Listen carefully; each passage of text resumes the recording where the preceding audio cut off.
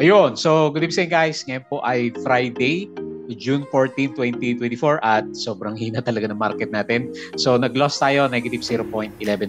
So hindi naman siya ganun kalaki na drop pero net foreign sale pa rin tayo, no? 138.21 million. Actually, na-expect ko mas malakas pa yung drop natin sa closing, sa pre-close ng market.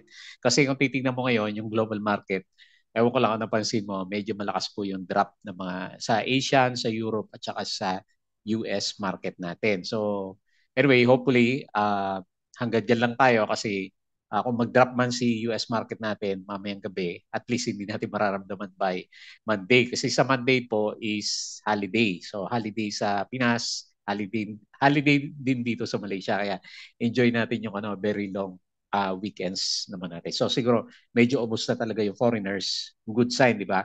Kung talagang, kasi di ba, normally pag long weekends, lumalabas talaga ng marami yung foreigners. Pero wala, 100 million lang.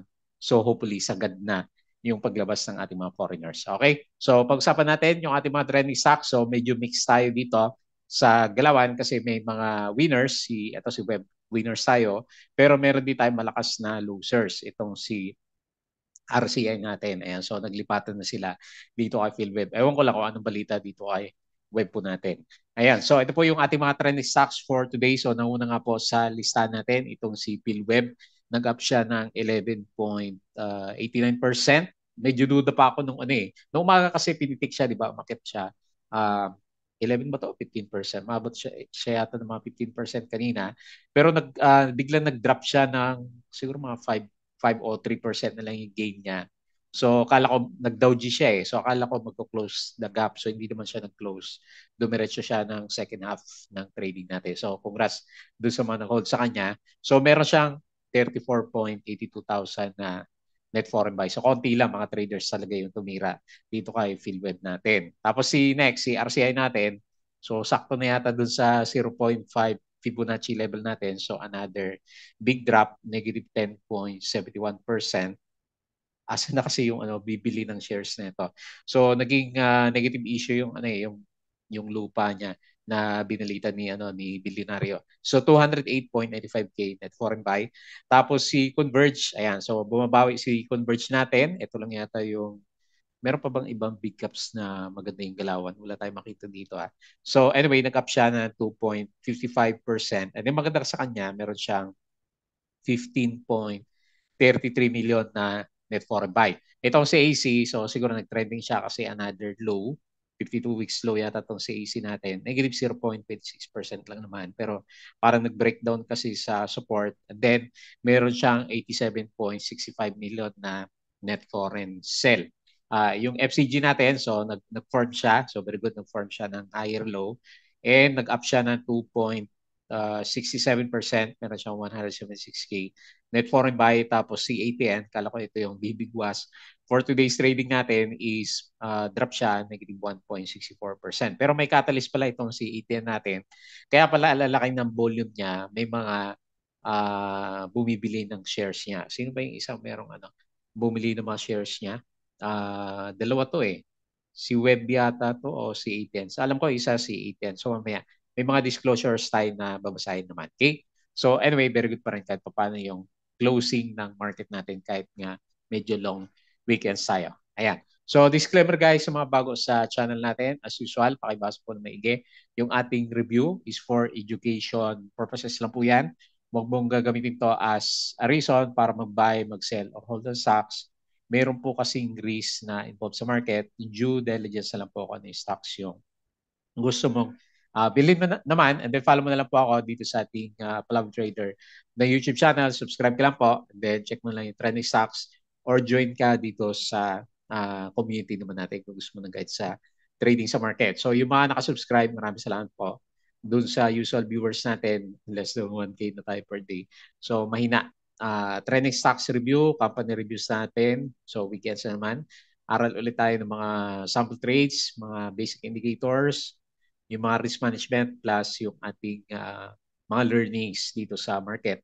And then follow mo din po ako dito sa ating Palabra Trader Crypto to para naman sa mga play to earn games. Ayan, so pwede makagawa na ulit tayo ng bagong videos yan. Crypto kasi medyo pabagsak ulit ngayon, di ba? 66K yung yung silip ko sa kanya kanina. And then follow mo din po ako dito sa social media, dito sa ating Facebook account na Palawi Trader para update dito sa posts or dito sa ating Palawi Trader na Facebook page. Tapos sa Budagipik, yung mga articles natin sa local market, sa US and crypto. Follow mo na lang po yan. Tapos ano ba yung mga na-post natin. So meron tayong summary na na-post for today. So foreign funds po. Dito muna sa summary. So wala tayong wala tayong trading day by Monday.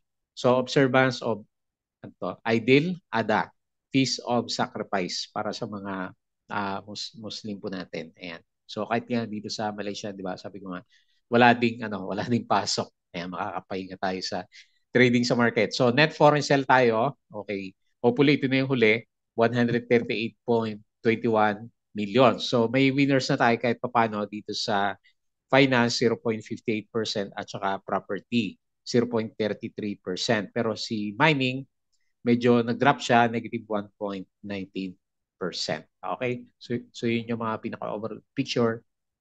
So below 6,400 pa rin naman tayo. 6,383.70. So naghihingalo yung market natin. So ito yung mga binenta ng foreigners, foreign funds sold. BPI Security Bank, AP, BSC, FGen, CNPF, DNL, EMI, CIC, AC, Avoites, Aries, Crit, MEG, RCR, SEB, at saka si Bloom. Ito naman yung mga binili. BDO, East, West, Metrobank, ASN, CREC, Keeper, CHP, JT Cap, Ali, DD, Robinson, yung mga properties, Globetel, at saka si Converge. Tapos, next na balita. Santa Lucia, SLI ito na. Tama ba? O sila? O SLI, tama. To boost 7.5% increase in Q1. Umakyat siya in Q1 income. Ayan, so kumita siya.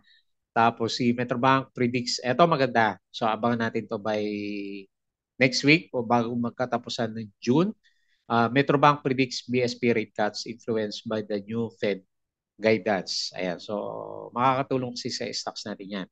CREC controlled by EDSA Abedra will be VV for water projects that government has made available for development. Hyperscale data center in Tarlac. Ito ba yung IPLDT natin? Nara Technology Park sign a 50-year lease accord with Tarlac Provincial Government, EI, collaborates with CSE for precast concrete project. Okay, tapos yung galaw natin kanina umaga, konti lang na post ko. Alter, ayan, yung wind project pa rin niya. Okay, puro Alter. SM Boost Healthcare via SM Foundation. PLDT has final bidder for each data center. So, okay, ang laki niya, no? 1 billion, tama ba? Ayan, 1 billion US dollar. Share buyback transaction, AGI, Ali, Aboites, RRHI, araw-araw yata to si RRHI na may share buyback. And then si Costco. Globe, Nokia is upgrading Globe Telecom's network with a BNG solution to boost connectivity and lower costs. Ano pa? Okay. Monday wala po tayong trading. Hacienda Wars, ayan, si SPNEC natin. As signed from the board of SPNews, SNEC, a solar farm startup founded by his corporate adversary, Leandro Libiste. So nag-resign si Pedro Rojas. Bakit kaya? Back-to-back pumps have put Brit with reach of a rich yield. Sino ba dito mga nanalo? Saglit nga. Silipin natin itong REITs natin year to date. Asan ba? Total stock dividends, PNL. So, CREIT yung pinakapanalo at saka si PREIT. Ayan, CREIT at saka si PREIT.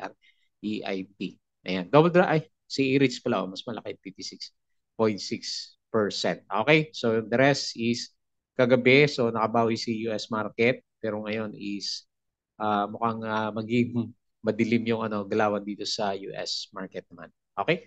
So, yung pong ating patalastas ulit, yung ating Patreon channel, guys, yung mga gusto po ng guide sa trading dito sa Philippine markets is check mo lang po yung ating Patreon channel naman. Okay? So, gusto mo mag-support, pwede rin po through our Patreon channel. Okay? So, next, galawan ng PSC. So, very bad pa rin kasi lower highs pa rin naman tayo. So, ang ang inaano lang natin para good vibes tayo kahit paano is hindi tayo magkaroon ng lower low. Kasi yung pinaka-low natin last time sa kanya, 6,337, halos nandiyan na siya tapos walang buhay yung yung market natin. Mukhang Fed rate cuts na lang yung kailangan ang talaga makakatulong sa market natin kasi parang ito uh, descending triangle, di ba? Gusto pa naman niya mag-breakdown below 6,370. So baka makita natin by siguro mga 1 week pa, no? Bago natin makita to after mag-stabilize ng global market. So negative 0.11, konti lang naman, sabi ko buti na nga. At may holiday pa kasi laglagan sa US market. So 138.2 million net foreign sale.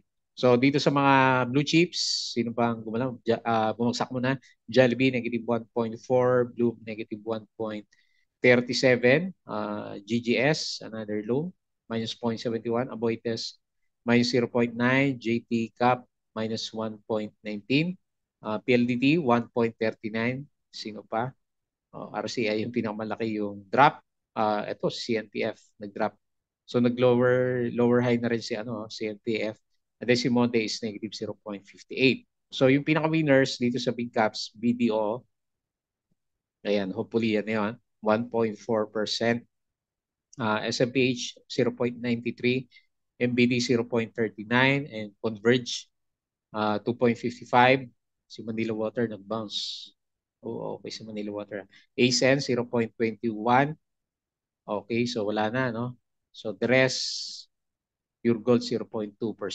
So yung mga winners, Web, so may volume siya, no? Ano kayo meron dito kay Web? So ito ba yung meron tayong may change in dito eh. Ay, si AC pala yun. Yung nakita ko na isa. So anyway, pag-usapan natin yan. Pero overbought na. Si Apollo, nag-peak, isang peak is 9%. Hopefully, makalabas sila dyan.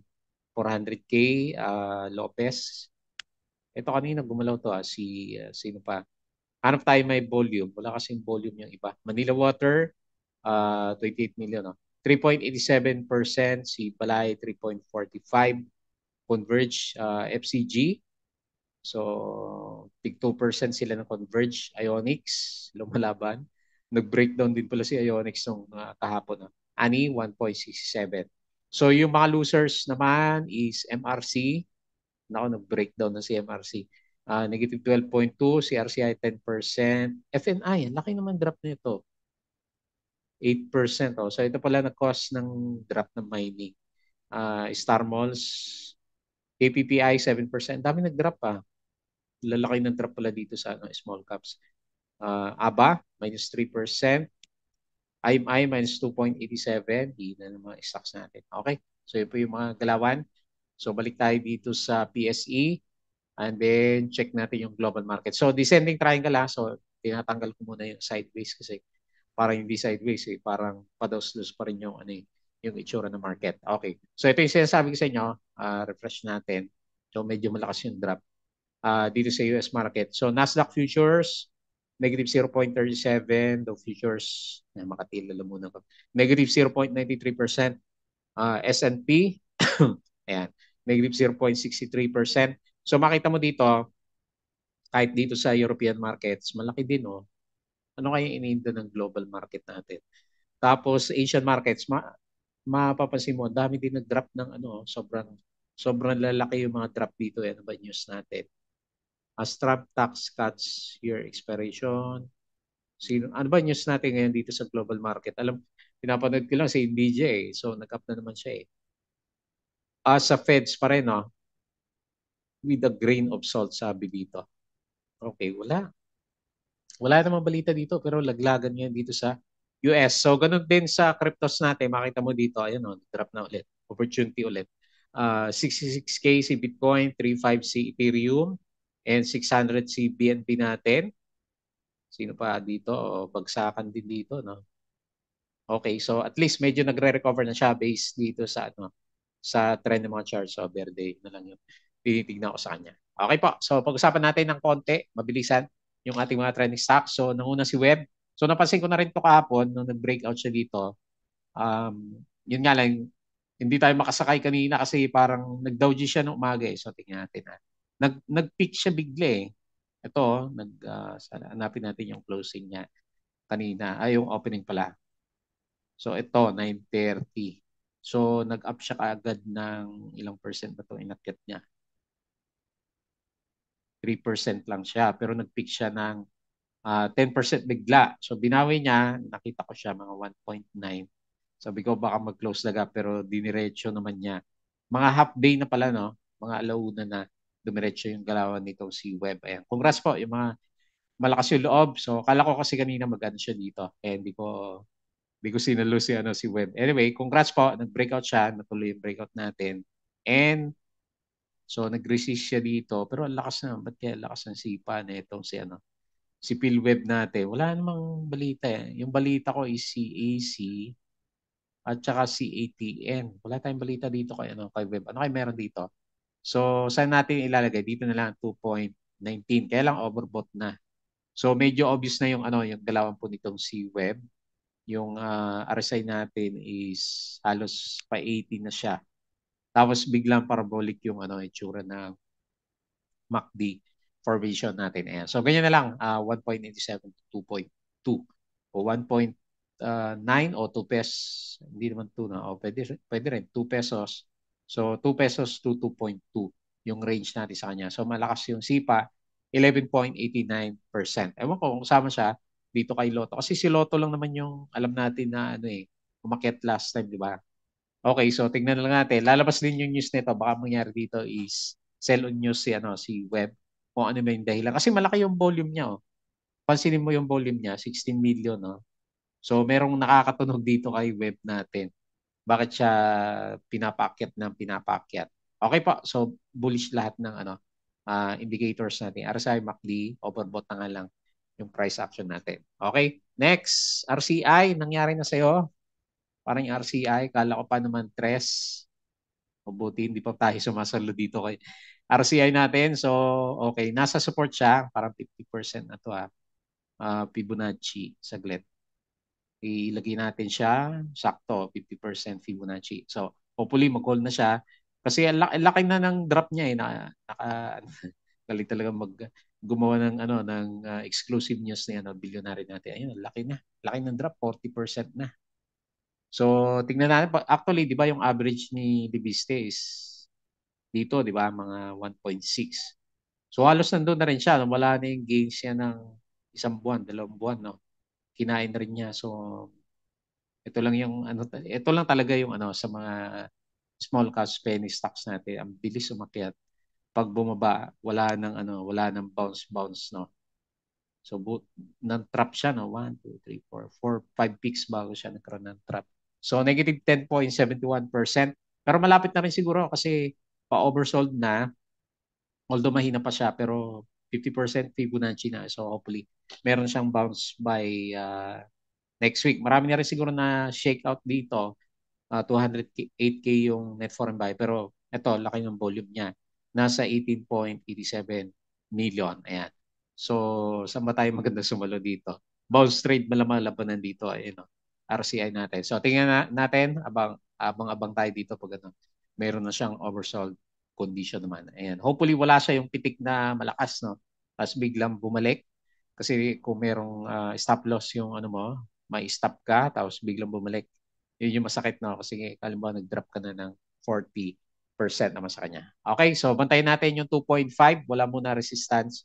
Support muna yung abangan natin kay RCI. Next, Converge. Okay, so nag-higher low si Converge natin. Ang maganda lang sa kanya, although umurong siya, 2.55% lang siya, meron siyang net foreign buy na 15.33 million. And then, di ba, observe mo naman is meron siyang higher low dito. Ayan. So, 2 beses siya nag-recheck. So, hopefully makabalik na siya sa trend niya. And balik tayo dito siyempre, balik tayo dito. Resistance is 11.24. So, maganda yung pinakita ng pattern ng ating RSI. Medyo mahina pa yung MACD formation. Pero higher low naman siya eh. So, good sign para kay Converge. Ano ba yung balita? Wala tayong balita dito. Ito si AC next. Meron tayong balita sa kanya. Pabagsak yung price. So, 52 weeks low to, no? Okay, 52 weeks low si AC. Ano nangyari dito? Negative 0.26% and 87.5 65 million net foreign sell. So, hindi maganda kasi nag-breakdown. Ano ba earnings na ito? Okay naman yung earnings niya. So, ano lang, wala lang sentiment yung, yung foreigners natin. So, maganda na ito, pag medyo bumalik-balik siya, meron tayong abangan dito sa 734, di ba? Yun nga lang kasi lakas maka-shake out ng mga ganyan eh. Medyo nagpo-pull back yung or rather nagbe-breakdown yung price action natin sa kanya. Pero ako ito tinitingnan ko sa kanya, trading range niya. Okay naman yung funda niya eh. So siguro ano lang talaga ay wala kasing gustong bumili sa mga big caps natin. Okay po, so ganyan lang muna. Kung investor ka naman sa akin na personally, ano naman mga good companies naman. So eventually babalik din pag bumalik ka agad yung sentiment ng market. Okay, so naka-base na yan sa overall picture. Yun nga lang. Siyempre, ang pangitignan kung ang average mo is nandito sa bandang taas. So ito pala yung sinasabi ko sa inyo, yung binuksan ko kanina, ito si AC to. Meron siyang disclosure dito. May mga bumibili na ng shares niya dito. Acquired through e-zone subscription. So 1.5, meron dito si Estelito, Madam Diacora. Tama ba? O tama? Tapos, meron pa dito. Ang dami nila bumibili lahat. Si Jaime Orquijo. So, acquisition din siya. Tapos, meron pa isa. Tatlo Ayan. So, bumibili sila. Ang price nila is 588 pesos. Ano ba price ngayon nitong si AC? So, dito, last week na nabibilihan sila dito sa bandang support. Okay? So, at least may confidence kay AC. Next, FCG. So, parang parang converge lang yung pattern nitong si FCG. So, nag-breakout, nag-retest, umakyat, nagre-retest ulit at then bumabalik. So, parehas yung itsura niya sa kay Converge. Ayan, so hopefully parehas din yung price action nila. So balik natin dito sa bandang taas, resistance is 0.82. Okay? So inaantay ko mag-breakout dito sa 0.88 bago tayo mag-take profits pero ayaw niya. Pero okay naman medyo nag-bounce na ng konti yung price action natin. So okay din yung RSI. 2.67% and meron siyang 176K net foreign buy. And then lastly, si ATN, yung mga nakita natin na volume na yan, meron din pala may disclosure siya dito. So, statement of change in beneficial securities, itong si Unipage Management Incorporated, bumili siya. So, ayan din, 1.79 million shares. So, laki din ng binili niya, no? So, kaya siguro medyo pumipitik. May balita kaya dito sa mga ATN na stocks natin. Okay, so, valid pa rin naman yung review natin sa kanya kahapon kasi breakout pa rin naman yung price action. Yun nga lang, ngayon is drop siya ng 1.64%. May volume siya, konting-konti. 3.10 million. And medyo marami din yung nag-trade. So, hindi kaya pitikin si ATN. Ang napitik nila is si paring web. Ayan, okay. So, yun lang muna yung ating review. So, medyo mahaba ulit yung weekends natin. Nevertheless, review na lang ulit tayo dito sa market. Hopefully, by next week, mas maganda yung bigay kasi for this week, kinain din niya yung gains natin from last week na trading naman po. Okay, so yun lang. Maraming salamat. Bago tayo mag-close, please don't forget to subscribe dito sa ating Palabi Trader na YouTube channel, Crypto Koto, Facebook account, Facebook page, Bodega Peak, Twitter, and Patreon channel natin sa mga gusto ng guys sa trading sa market. Sali lang po kayo dito. So yun lang. Maraming salamat. Happy long weekends po.